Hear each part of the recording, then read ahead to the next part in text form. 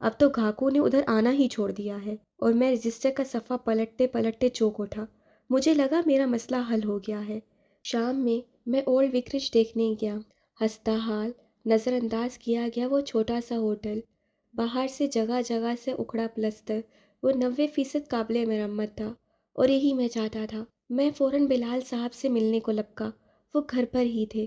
میں نے ان کو جا لیا۔ میرے پاس آپ کے لیے ایک ڈیل ہے۔ مطلب یہ کہ آپ اولڈ وکرج سے نیرے گھاٹے میں جا رہے ہیں، اور اس پہ خرچہ تم غالباً میرے گھاٹے کی نہیں اپنے فائدے کی بات کرنے آئے ہو۔ مسکرا کر بولے تو میں ہنس دیا۔ آپ اولڈ وکرج مجھے بیچ دیں، میں قسطوں میں یہ رقم ادا کر دوں گا۔ اس کو رینوویٹ کرا کر میں پرجوش سے ان کو اپنا پلان بتانے لگا۔ وہ مسکراتے ہوئے مجھے سنتے گئے۔ ان کی مسکراہٹ ان کی رضامندی کی دلیل تھی۔ مجھے لگا میں نے گیٹو سر کر لیا ہے۔ ظفوان، ٹی وی کی آواز اونچی کرو، عمار نے غصے سے ظفوان کی طرف دیکھتے ہوئے کہا۔ نہیں کرتا، کیا کر لو گے؟ ظفوان نے ڈھٹائی سے جواب دیا تو عمار نے خود اٹھ کر آواز اونچی کی اور بڑے انہماک سے میچ دیکھنے لگا۔ وہ دونوں میرا سر کھانے کے لیے ہوٹل آئے ہوئے تھے۔ ظفوان، ذرا چیک کرو کوئی ڈیلیکس روم خالی ہے یا… میری بات ادھوری ہی تھی کہ عمار نے زور سے شش کر کے مجھے چپ کرا دیا۔ ہاں بھائی خرم، خاموش ہو جاؤ، ظفوان نے طنزیہ لہجے میں کہا۔ دنیا کا فضول ترین کھلاڑی کھیل رہا ہے، بھائی خاموش ہو جاؤ۔ تمہیں ٹینس سے کوئی تکلیف ہے تو اپنے تک رکھو۔ جو ظفوان کے بار بار چینل بدلنے اور آواز ہلکی کرنے پر چڑا ہو بیٹھا تھا، بول اٹھا۔ شش، کوئی آ رہا ہے۔ میں ان دونوں کو ٹوکا تو فوراً خاموش ہو گئے۔ وہ ایک فرینچ ٹورسٹ تھی جو غالباً گھومنے پھرنے کے لیے باہر جا رہی تھی۔ اس نے کمرے کی چابی میرے حوالے کی اور مسکراتے ہوئے باہر چلی گئی۔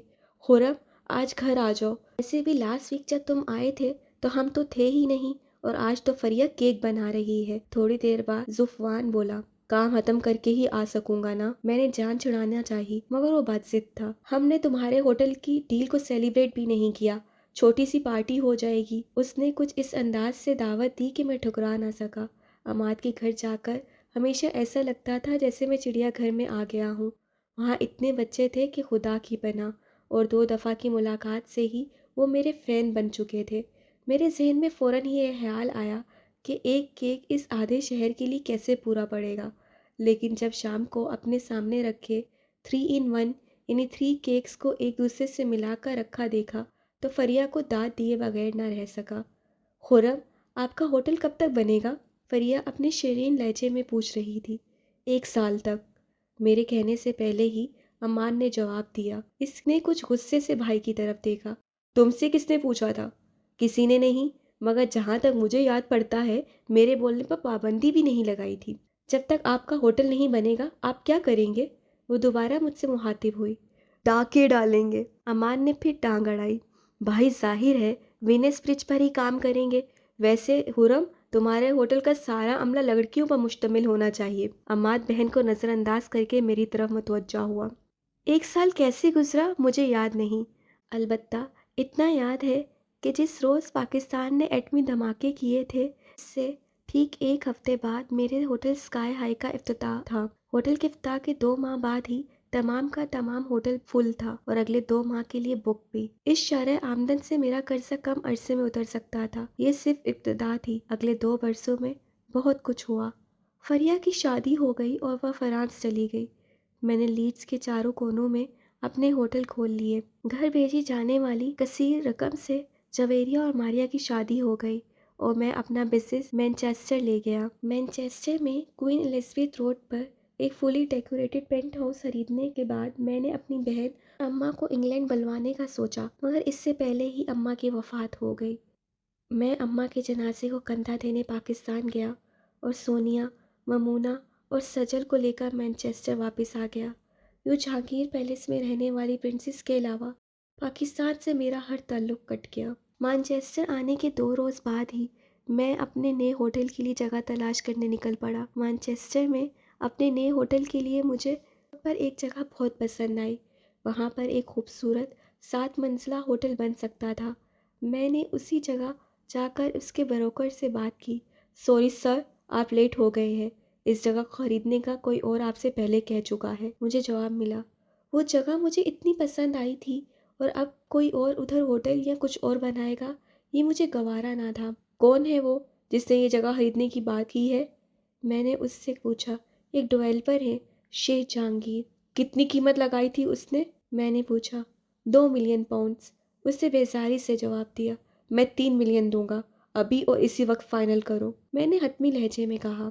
اوکے سر، اس سے پلکیں جھپکائی۔ شیخ جہانگیر کو ہرانے کی اتنی خوشی تھی کہ رات کو میں سونیا، میمونہ اور سجل کو باہر ڈنر پر لے گیا۔ ووڈ لینڈز سے ڈنر کرنے کے بعد جب میں واپس آیا تو ایک کال میری منتظر تھی۔ ہیلو، میں نے قدر تھکے تھکے لہجے میں کہا۔ میں جہانگیر بات کر رہا ہوں۔ دفعہ میں نے تمہیں معاف کر دیا ہے کیونکہ تم اب بھی بچے ہو، نہ سمجھ ہو، لیکن اگلی بار میرے راستے میں مت آنا، سمجھے؟ دوسری طرف سے دانت پیستے ہوئے لہجے میں کہا گیا تھا۔ سمجھ گیا، میں نے ہنستے ہوئے کہا تو دوسری جانب سے غصے میں فون کھٹک سے رکھ دیا گیا تھا۔ میں دل کھول کے ہنسا تھا۔ ایک بلڈنگ ڈیولپر کے ساتھ مل کر میں نے یہ نیا پروجیکٹ شروع کیا۔ بینک سے ڈیڈ لائن 2002 کی فروری تک کی تھی۔ ہمارے پاس کافی وقت تھا۔ پروجیکٹ بھی کافی مشکل تھا۔ اللہ اللہ کر کے کام کا آغاز ہوا۔ نقشہ ہر جگہ سے اوکے ہونے کے بعد فائنل ہو گیا تو تعمیر کا کام شروع ہو گیا۔ اس دوران میں نے مانچسٹر میں 2 ہوٹل خرید لیے اور معمولی رد و بدل کے بعد انہیں بھی شروع کر دیا۔ میرا کاروبار بہت اچھا جا رہا تھا۔ یہ سب سمل کے لیے تھا۔ اسی سال میں اپنی بہنوں کو گھمانے پھرانے لندن لے آیا۔ جہاں لندن کا نام آ جائے وہاں تھیٹر، میوزک، کنسرٹس اور آرٹ کا خیال خود بخود ذہن میں ابھرتا ہے۔ اس معاملے میں یہ شہر ایک تاریخی حیثیت رکھتا ہے۔ مجھے سب سے زیادہ اولڈ بک سٹورز پسند آئے۔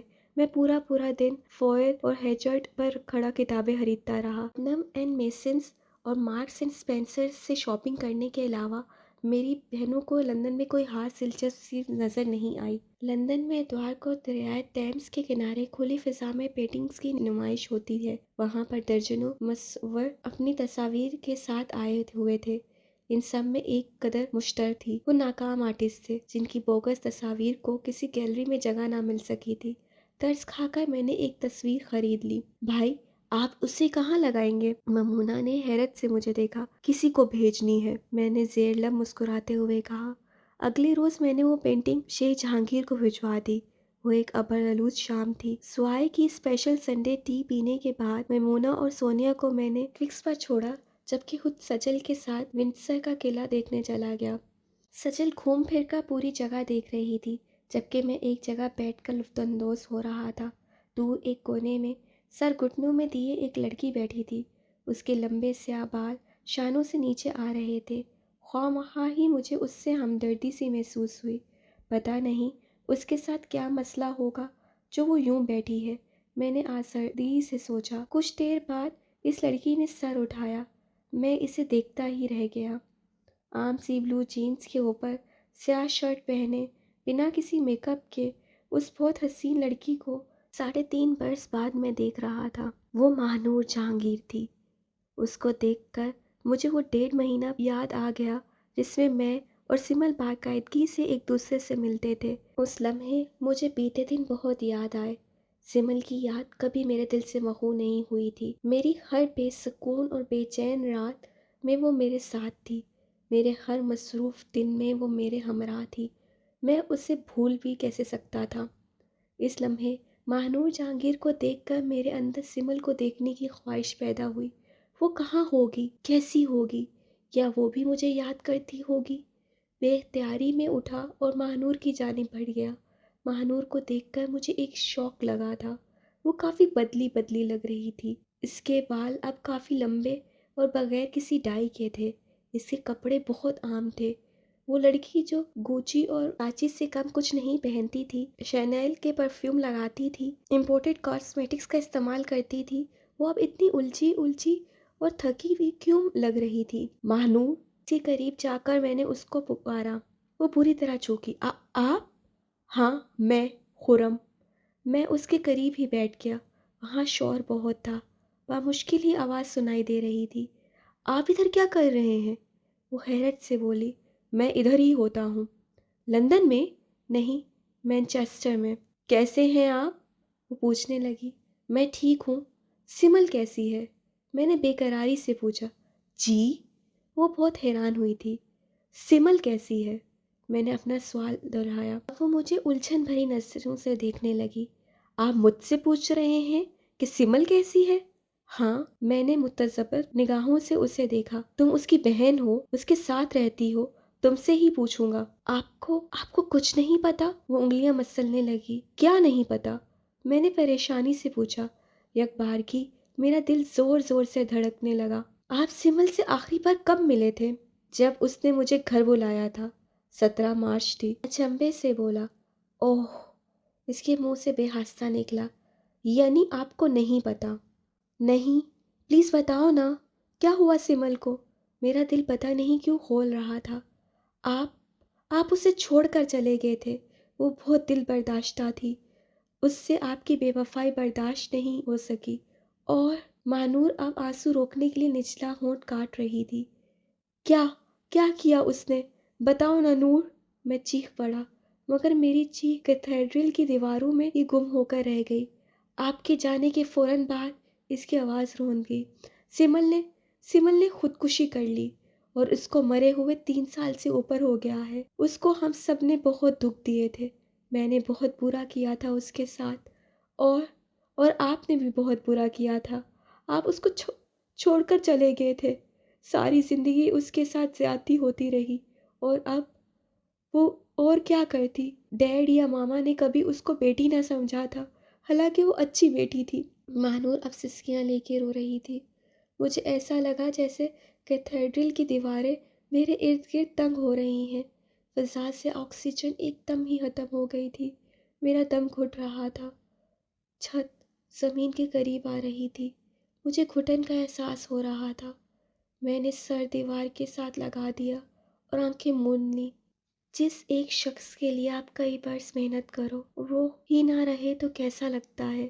میں تو ستاروں سے بھی آگے جانا چاہتا تھا، مگر کس کے لیے؟ اس کے لیے جو مر چکی ہے، جو اس دنیا میں ہی نہیں، جو میری ہی وجہ سے حرام موت مرنے پر مجبور ہو گئی۔ مگر سمل تو ایسی نہ تھی۔ وہ کیسے مر سکتی ہے؟ وہ کیسے مجھے چھوڑ کر جا سکتی ہے؟ تو کیا تم واقعی چلی گئی سمل؟ مجھ سے روٹھ کر، منہ موڑ کر تم اس دنیا سے چلی گئی؟ کیا تم اتنی سخت ناراض ہو گئی تھی کہ سب سے ناتا توڑ کر چلی جاؤ؟ مجھے چھوڑ دو۔ مگر میں تو تمہارا واحد دوست تھا، تمہاری طرح اکیلا تھا، بچپن سے محروم تھا۔ ہم دونوں تو ایک جیسے تھے۔ میں تو تمہارا سب کچھ تھا، اور تم مجھ سے ہی ناراض ہو گئی۔ تمہیں میرا اعتبار نہ رہا، تم مجھے لالچی سمجھتی رہی۔ کیوں سمل؟ کیوں؟ اگر میں لالچی ہوتا تو تمہاری بجائے مہنور سے محبت کا ڈھونگ رچاتا۔ اگر میں حسن پرست ہوتا تو تمہارے بجائے مہنور کو پسند کرتا۔ مگر میں تو تمہارا طالب تھا سمل، تمہیں ہی چاہتا تھا۔ تم خود کو بہت بدصورت سمجھتی تھی۔ تم نے کبھی اپنے آپ کو میری آنکھوں سے نہیں دیکھا تھا۔ اگر دیکھ پاتی تو تمہیں دنیا کی سب سے خوبصورت لڑکی نظر آتی۔ کاش میں تمہیں اپنے جانے کی وضاحت دے کر جاتا، مگر سمل، میں لفظوں سے نہیں عمل سے اظہار کرنا چاہتا تھا۔ تمہارے باپ کی نظروں میں سرخ رو ہونا چاہتا تھا، تاکہ وہ خوشی تمہارا ہاتھ میرے ہاتھ میں تھما دے۔ شیر جہانگیر کی دولت سے کوئی غرض نہ تھی۔ میں تم سے محبت کرتا تھا، سچی محبت، صرف تم سے سمل جہانگیر۔ مجھے جب بھی کوئی کامیابی نصیب ہوئی، مجھے تم یاد آئیں۔ اپنی ہر خوشی پر مجھے اپنے ارد گرد تمہاری موجودگی کا احساس ہوتا تھا۔ فضا میں تمہاری خوشبو محسوس ہوتی تھی۔ تاریک رات میں تمہاری محبت کے جگنو دکھائی دیتے تھے، مگر تم تو تھی ہی نہیں۔ تو کیا میں سراب کے پیچھے بھاگ رہا تھا؟ اس اندھی سڑک پر کسی بے منزل مسافت کا مسافر تھا۔ صحرا میں سورج کی تپش کو آب حیات سمجھ کر اس کی جانب دوڑ رہا تھا۔ پچھلے 3.5 برس تک خود کو تھکا دینے والی ذہنی اور جسمانی اذیت اپنے آپ کو اس مقصد کے حصول کے لیے دے رہا تھا، جو در حقیقت اسی لمحے، اسی پل ختم ہو گیا تھا جب میں تمہارے گھر سے لوٹا تھا۔ تم مر گئیں۔ تم نے میری اس بے وفائی کو دل سے لگا کر موت قبول کر لی، جو میں نے کی ہی نہیں تھی۔ تم نے میرے انکار کو لالچ سمجھا۔ تم میری وجہ سے مر گئی سمل۔ میں تو اس راہ پر تمہارے خواب کی تعبیر ڈھونڈنے نکلا تھا، مگر اپنی محبت کی جگنو ہی کھو بیٹھا۔ مانور کی سسکیوں کی آواز کہیں دور سے آتی ہوئی سنائی دے رہی تھی۔